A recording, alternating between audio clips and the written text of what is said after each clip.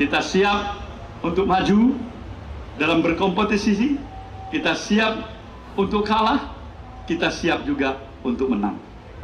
Kata Pak JK, katanya nggak mungkin ke Pak Anies, cuma ke Prabowo sama Pak Ganjar. Itu seperti apa? Benar seperti itu? Itu sangat benar. Sangat benar. Yang pasti nggak mungkin ke Anies. Nggak mungkin kan? Ya. Siap. Mulai panik, JK larang Golkar usung Anies, Surya Paloh ngaku paham, sadar kualitas Anies nggak bisa menang, bikin rugi. Ditulis oleh tim redaksi jurnal, dikutip dari berbagai sumber. Pak Erlangga benar-benar paham dan mengerti Pak JK yang banyak bergaul dengan koalisi perubahan saja sudah beri sinyal. Gak ada harapan di sana kok. Masa Pak Erlangga melu-melu. Halo, kembali lagi dengan saya Endra Caniago di channel Jurnal 45. Ketua Umum Partai Nasdem Surya Paloh mengaku paham dan tahu alasan Partai Golkar tidak bisa mendukung Anies Baswedan di Pilpres 2024. Paloh tidak mempermasalahkan hal itu dan menghormati pilihan politik partai beringin tersebut.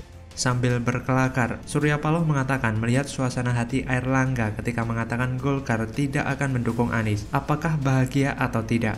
Meskipun sudah ada penegasan dari Airlangga bahwa Golkar tidak akan mendukung Anies Baswedan, bukan berarti komunikasi politik Nasdem dan Golkar berhenti. Bagi Surya Paloh, Golkar adalah masa lalunya yang tidak pernah dia lupakan karena dirinya menjadi kader Golkar selama 43 tahun. Dari anggota biasa sampai menjadi Dewan Pertimbangan Partai Golkar. Golkar telah banyak mengajarkannya supaya matang dalam berpolitik. Surya menyebut saat ini koalisi perubahan makin solid berjalan dengan 3 partai, yaitu Nasdem, PKS, dan Demokrat. Menurut Surya, masih terbuka pintu buat partai lain untuk bergabung dengan koalisi perubahan dan mendukung Anies Baswedan. Fokus Nasdem saat ini, sebut Paloh, juga bukan lagi menambah partai koalisi, melainkan adalah upaya meningkatkan kepercayaan masyarakat kepada Anies Baswedan. Apa yang disampaikan Surya Paloh seperti upaya menghibur diri setelah Partai Golkar memutuskan tidak mendukung Anies Baswedan. Surya Paloh pasti sudah nggak bisa ngomong lagi karena saking stresnya ditolak banyak partai politik. Ketua Umum Partai Golkar Airlangga Hartarto sebelumnya mengakui partainya tak mungkin mendukung Anies Baswedan. Dia membenarkan pernyataan mantan Ketua Umum Golkar Yusuf Kala atau JK beberapa waktu lalu. JK menilai pilihan capres untuk Golkar hanya Ganjar Pranowo dan Prabowo Subianto. Partai Golkar pasti paham mengusung Anies akan bikin rugi. Airlangga tak menerangkan alasan Golkar tak mungkin mendukung Anies. Dia juga tak membeberkan mengapa hanya Ganjar dan Prabowo yang kemungkinan diusung Golkar. Dia hanya menyampaikan Golkar sebagai partai besar telah menentukan sejumlah langkah. Dia meminta wartawan bersabar menunggu kabar dari Golkar. Sebelumnya, mantan Ketua Umum Partai Golkar Yusuf Kala merespon desakan DPDI Golkar untuk mendukung Prabowo Subianto sebagai calon presiden. JK menilai desakan itu sebagai aspirasi kader di daerah. Menurutnya, mungkin saja Golkar mendukung Ganjar ataupun Prabowo. Melihat penolakan JK dan Partai Golkar itu tentu akan membuat posisi Anies semakin goyah. Pasalnya, JK selama ini sangat dekat dengan Anies, bahkan salah satu mentor politik mantan Gubernur DKI Jakarta itu. Tapi itu merupakan keputusan yang baik. Lagian elektabilitas Prabowo dan Ganjar juga bagus dan di atas Anies. Selain itu, soal kinerja, Anies lebih rendah kualitasnya daripada Ganjar dan Prabowo. Berasa nonton JK dan Golkar membanting Surya Paloh dan Anies dalam sebuah pertandingan UFC. Pasti Surya Paloh maupun Anies tidak menyangka bahwa JK dan Golkar akan bermanuver seperti ini. Golkar tentu nggak akan sembrono mendeklarasikan capres di 2024. Yang sembrono itu Nasdem. Capres maupun cawapres dari Golkar itu adalah tokoh-tokoh yang benar. Bukannya gak bener kayak Anies. Makjeleb, di depan publik, JK dan Golkar menskakmat Surya Paloh. Dan durian yang runtuh yang didapat Anies itu juga tidak lagi terasa wangi dan enak. Duri-durinya mulai mengenai Anies dan akhirnya juga bakal mengenai Surya Paloh. Airlangga sendiri memberikan pernyataan bahwa dia tidak akan mendukung pencapresan Anies. Makjeleb, JK juga tidak mendukung Anies sebagai bakal capres dari Partai Nasdem. JK dipastikan mendukung apapun keputusan partainya, Golkar. Waduh, berasa ketusuk duri buah durian gak sih? Lantas bagaimana kalau menurut Anda? Lantaran apa? Sudah hampir mau 3 tahun di penampungan, tahu-tahu pembangunan pasar belum terlaksana. Kenyataannya pasar ini begini. Kebongkar, proyek Anies mangkrak bertahun-tahun, Heru Budi lagi yang beresin warisan masalah tinggalan Anies. Gini kok mau nyapres nis? Ditulis oleh tim redaksi jurnal, dikutip dari berbagai sumber. Dengan ini kami mohon supaya memperhatikan pasar kami ini. Sebab waktu peresmiannya bulan Maret tahun 2021, Pak Gubernur janji ini selesai dibangun kira-kira kurang lebih 18 bulan, 1,5 tahun.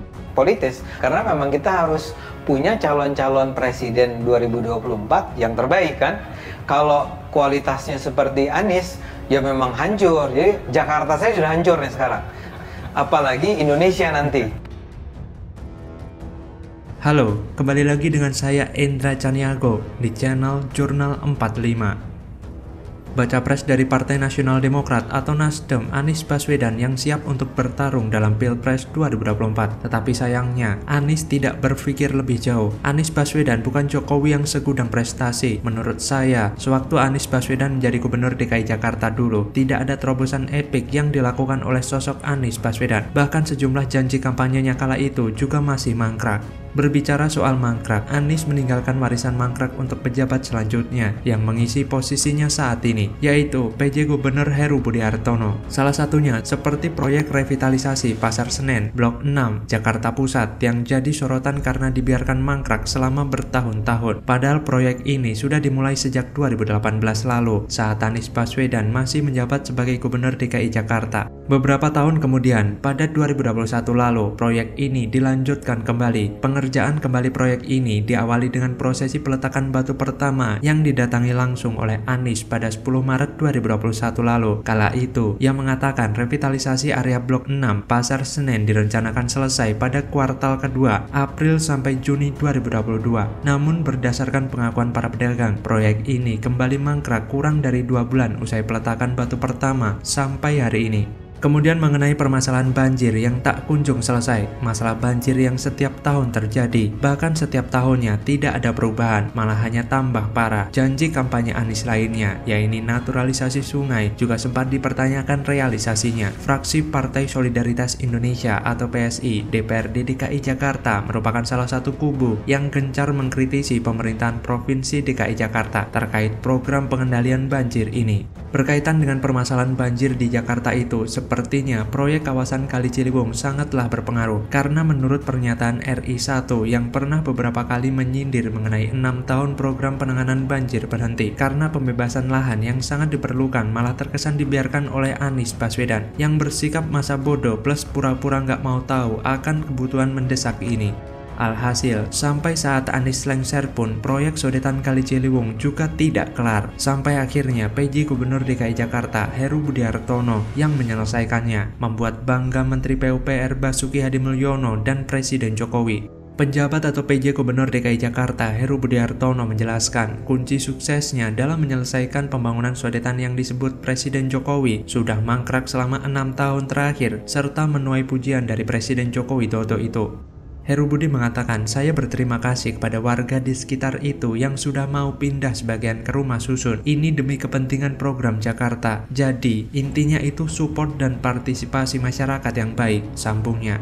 Pada era Anies Baswedan dulu saat masih menjabat, Anies bersikeras untuk melakukan naturalisasi, alih-alih normalisasi sungai yang sudah dilaksanakan oleh Pemprov DKI Jakarta. Tapi nyatanya, hingga kini naturalisasi sungai ala Anies sama sekali belum terrealisasi. Kemudian selain banjir, ada sampah dan kemacetan yang juga belum terselesaikan. Selain itu, ada program Anies soal DP 0 rupiah pun masih belum beres. Padahal program ini menjadi primadona dalam janji politiknya saat kampanye pemilihan kepala daerah atau Pilkada DKI Jakarta 2017 lalu. Begitulah kalau tidak sinkron antara kata hati dan ucapan. Sebetulnya, banyak fakta yang membuktikan kalau Anies memang tidak becus atasi masalah. 5 tahun hanya menjual janji manis, selama itu pula kerjaan receh, hasilnya receh, ngelesnya juara dunia, wakil gubernur dijadikan bemper menghalau serangan kritikan publik. Dengan terbongkarnya proyek era Anies yang mangkrak ini membuktikan bahwa ia hanya pandai menebar janji-janji manis saja. Bahkan warisan-warisan masalah peninggalan Anies harus diberesin oleh PJ Heru Budi Hartono. Jadi kayak gini,